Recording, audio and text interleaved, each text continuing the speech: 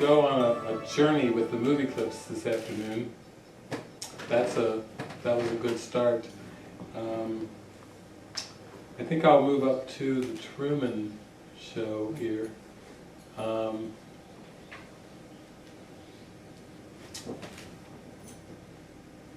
We talked a little bit about the Matrix and about how the Matrix is a prison for the mind. And so I'm going to play this one from the Truman Show. Basically, the Truman Show is very much like the Matrix movie. It's a made-up artificial world, artificial environment, where all of the scenes and all of the sets and all of the characters are all part of an act. It's all part of like a giant theater. And this clip starts to give you a little bit of a fuller picture of what this trap is about.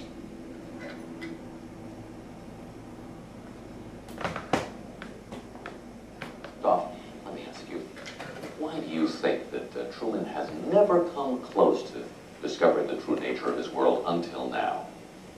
We accept the reality of the world with which we're presented. It's as simple as that. The Hague for Christoph. Hello.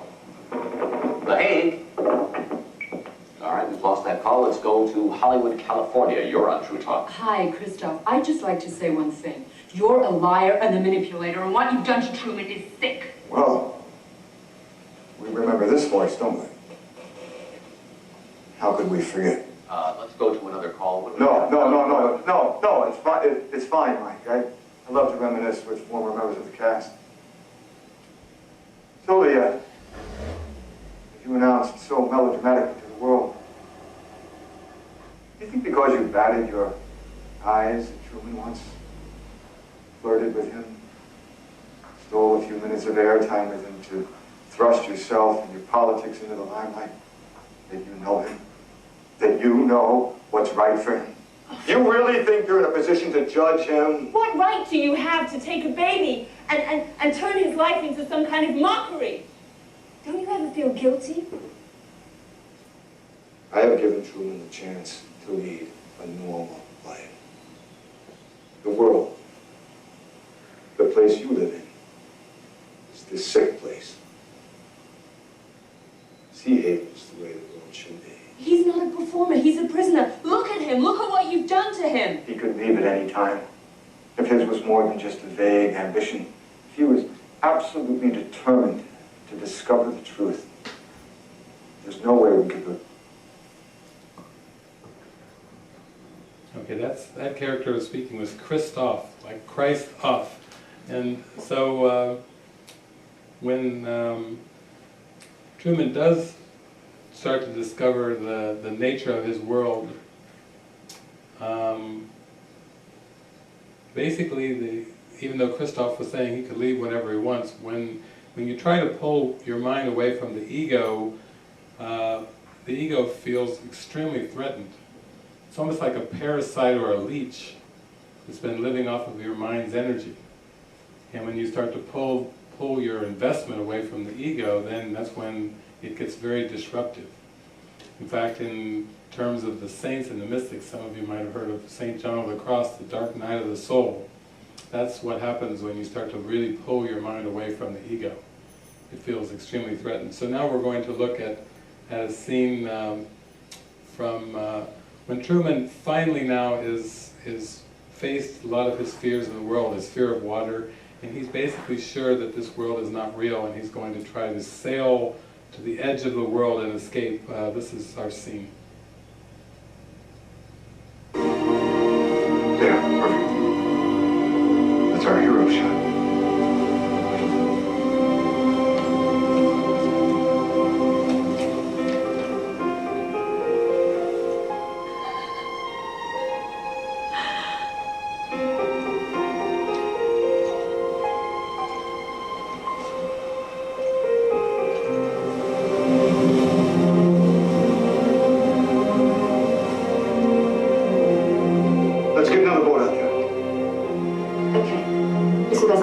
Come on, get it moving. Get it out of here. Come on. I'm just a bus driver. Bottom line is they can't drive a boat. They're actors. actors. How do we stop them?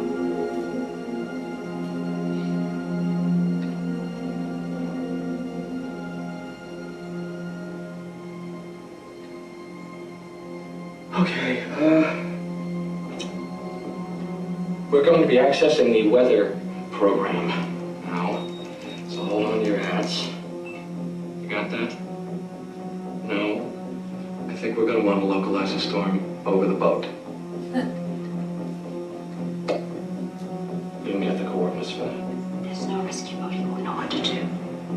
They'll turn back. They'll be too afraid. There she blows.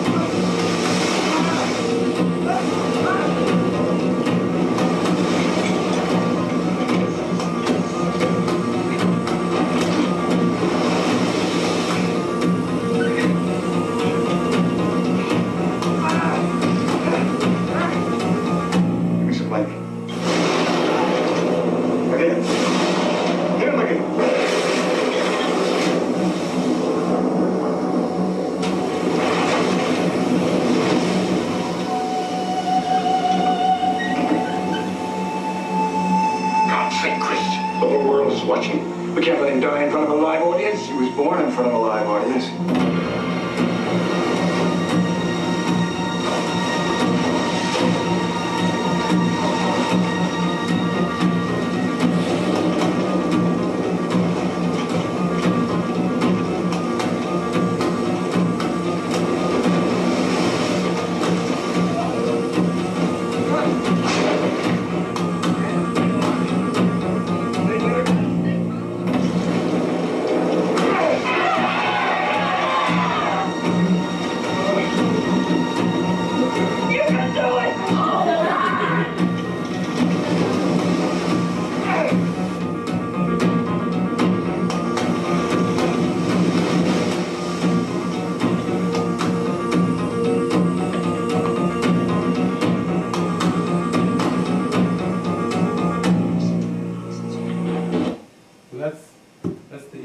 Death wish, you know, the ego, the body, the personality self is like the hero of the dream, and even though the ego invented the whole thing, it doesn't mind if the body seems to die. It's just that it doesn't want to be discovered. It doesn't want the mind to discover that the whole world is part of a make-believe charade that was designed to guard you from discovering the true nature of spirit. So at this point, the ego has hit him again with electric storms, tried to drown the hero there. At times the ego adores the body, it wants to make it beautiful and pretty. At times it absolutely hates the body, because it feels like the body is not a good enough home for it. It just thinks it deserves better. And now this character, interestingly enough, dressed in black, has just had its vengeance come out and try to kill Truman. And then it's always important, like, how do you respond after you've been hit with the dark night of the soul? So we get to see how Truman responds to this here. Is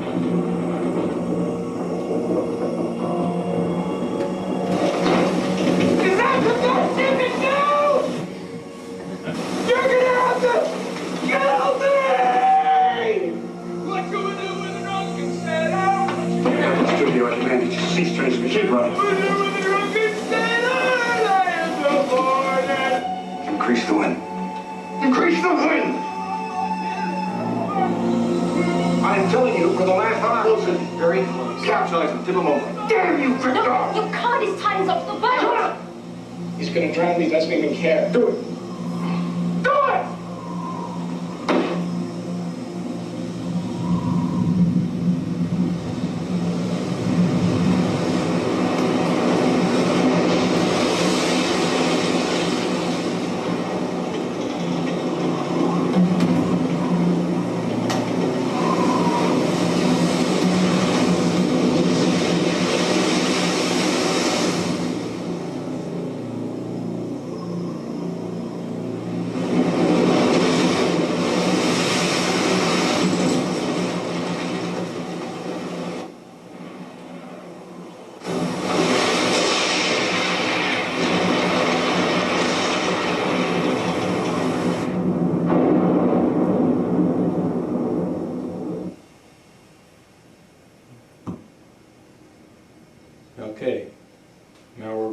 jump ahead to the ego's end, which is our goal here this afternoon, to go deep into it. But this is what comes following that.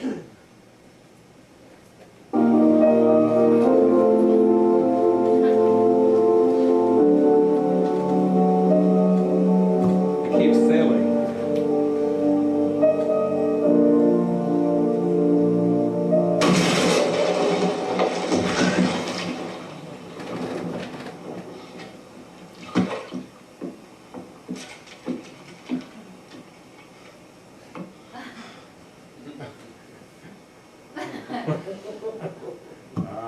It is Maya. It is artificial.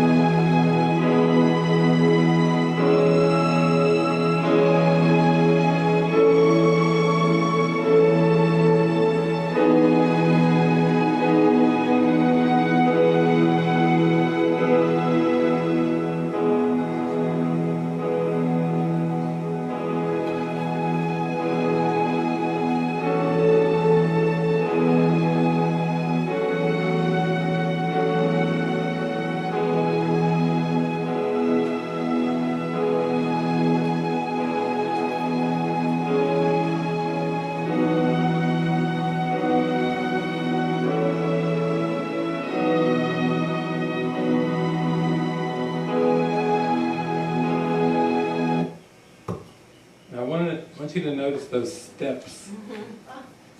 This is part of the escape from this world. That the steps are there, but you notice how disguised the steps are. That you can only really see the steps from one perspective. And that's right at the very edge.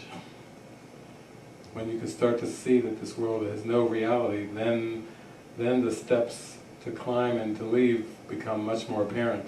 So the deeper your mind feels like it's in a mesmerism, the more real the dramas are in your life, the more you take them seriously and believe that they're real, then that just means that you're removed in your mind from the access to the steps. So a big part of the spiritual journey is actually called disillusionment, where you actually start to get very disillusioned with a lot of things. It can be disillusioned with friends, with family, with success, with countries, politics. Even a bit, you become more disillusioned with time and even with spiritual practices at some point. And so the value of this is he's gone the whole movie where he's finally come to the edge, where when the sailboat hit the edge of the world, his entrapped world, he was able to say, I knew it.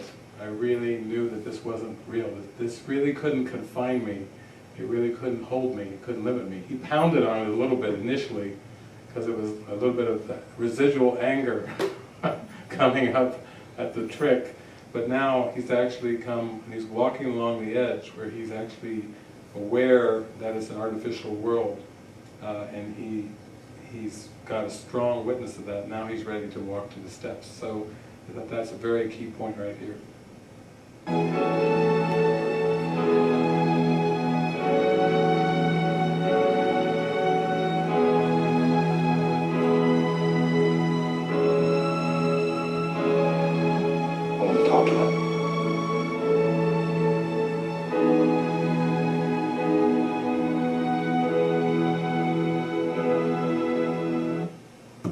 ego is going to, of course, try to make one last saving attempt at existing, which is to persuade you to stay in the comfortable confines of its artificial environment, an artificial world. So it's going to try to use its best gentle, charming words to prevent the final release. But you can still hear the contradictions, you know, where, you know, it's basically going to tell him that it's, that this world is a safe world, and then when its anger starts to come up, it still resorts to its old threats. But you know, the ego will try to sound as charming as possible when you're starting to let it go, because it doesn't want you to let it go, because it's out of business. It's gone if that happens.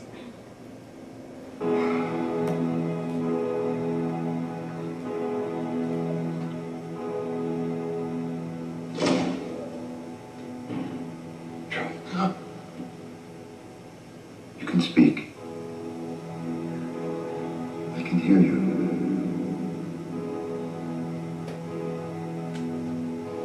Who are you? I am the creator of a television show that gives hope and joy and inspiration to millions. Disguised as a creator. You're the star.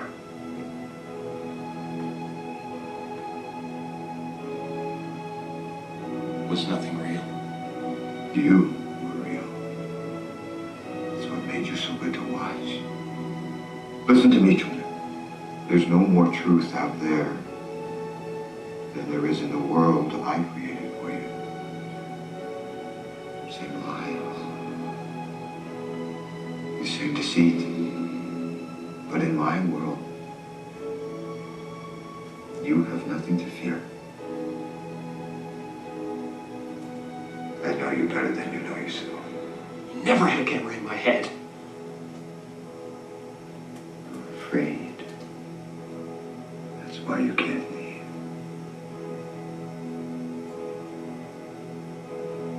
It's okay, Truman. I understand. I have been watching you your whole life. I was watching when you were born. Watching when you took your first step.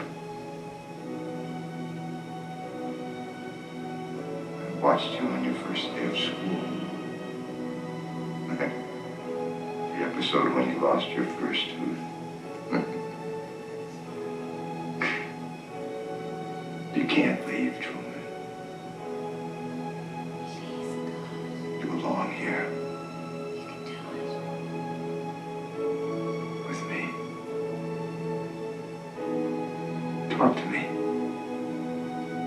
Say something.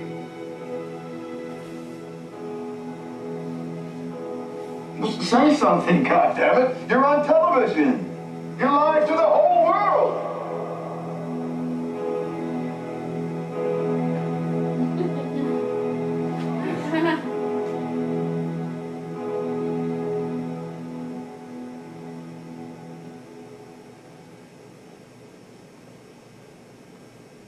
In case I don't see you, good afternoon, good evening, and good night.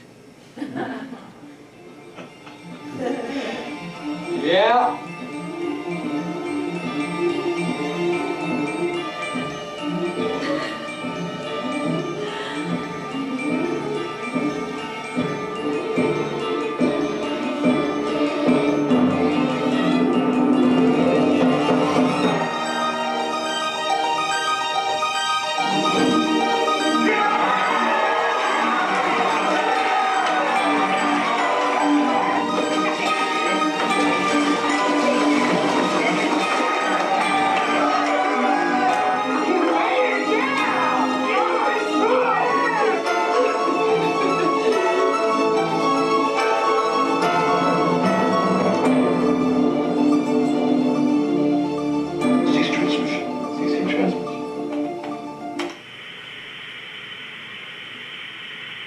You want another slice? No, I'm okay. What else is on? Yeah, let's do what else. Where's the TV guy? Live the human condition. Jesus made it, Buddha's made it, what else is on? Maybe celebrate once a year, Resurrection Day. We can give a few hours to that. But that's what this journey is about, is like to have every day, to let this moment become your resurrection moment, you know, to resurrect your mind, to be free of the ego.